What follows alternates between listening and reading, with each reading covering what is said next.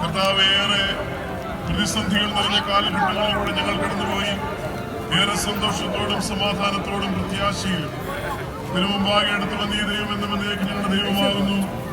അവൻ നമ്മെ ജീവരുന്ന വഴി നടത്തുമെന്ന സാക്ഷ്യപ്പാൻ ഈ ദിനങ്ങളിൽ അവിടുന്ന് ഞങ്ങൾക്കിടയാക്കുന്നതിനാൽ സ്തോത്രം.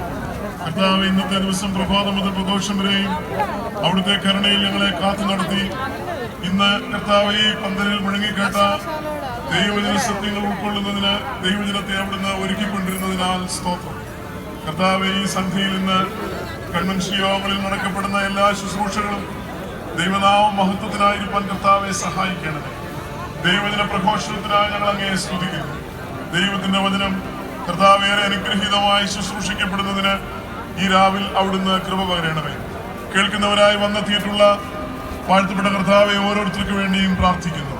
വിവിധ ആവശ്യങ്ങളിൽ തിരുസന്നിധിയിൽ അടുത്ത് വന്നിരിക്കുന്നവർ, ദൈവവചനം കേൾക്കുവാനായി കൊതിയോടെ ശ്രദ്ധിക്കുന്നവർ, ജീവിതത്തിൽ കർത്താവ് ഞങ്ങളോട് സംസാരിക്കണമെന്ന ആഗ്രഹത്തോടെ ഈ പന്തലിന്റെ ഉള്ളിൽ ഇരിക്കുന്നവർ ഓരോരുത്തർക്ക് വേണ്ടിയും പ്രാർത്ഥിക്കുന്നു.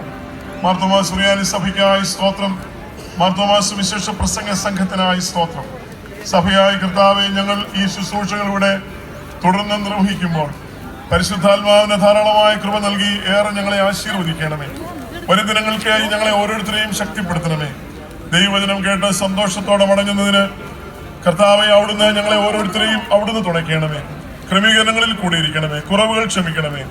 ക്രിസ്തുയേശുവിൻ മൂലം പ്രാർത്ഥിക്കുന്നത് കൃപ തോന്നി കേൾക്കുമാറാകണമേ. ആമേൻ.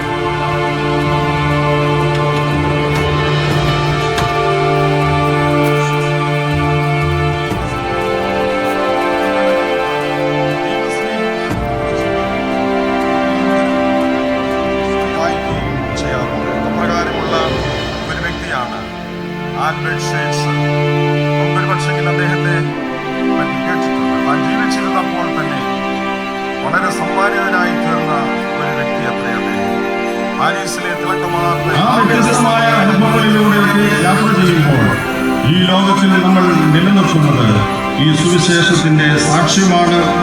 ഈ ഘടകങ്ങളാണ് നമ്മുടെ ജീവിതത്തെ നിയന്ത്രിക്കേണ്ടത് എന്ന് നമ്മൾ ഓർക്കണം. എന്തെല്ലാം തരത്തിലുള്ള ദുർഭൂതങ്ങൾ നമ്മളെ ഇന്ന് ബാധിച്ചിരിക്കുന്നു. നമ്മൾ ഭൂതങ്ങളെ ഒഴിവാക്കണമെന്ന് പറയുമ്പോൾ പുറത്താക്കണമെന്ന് അതാണ് സഭയുടെ ശുശ്രൂഷകളുടെ മനസ്സലിവിന്റെ ശുശ്രൂഷയാണ് സഭയുടെ ശുശ്രൂഷ.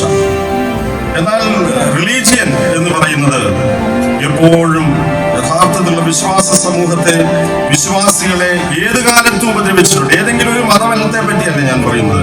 പിന്നെ റിലീജിയൻ, മതം എല്ലായ്പ്പോഴും ഉപദ്രവകാരികളായി തീർന്നു പോകാറുണ്ട്.